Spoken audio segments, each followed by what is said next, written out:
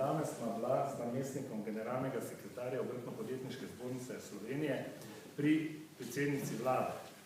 In ona pravi tako, pravi, tu ne bomo odstopali.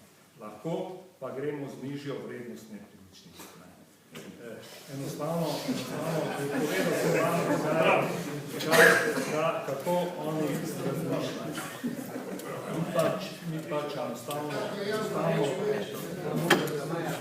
enostavno smo se združili, seveda je tudi ponujala neke druge stvari, mislim, še bomo naprej pogovarjali okrog obrtništva in podjetništva, ker ni samo nas, obrtnike, podjetnike, ne tare sam nepremičninski davek, nas stare tudi ostali prispevki in davke.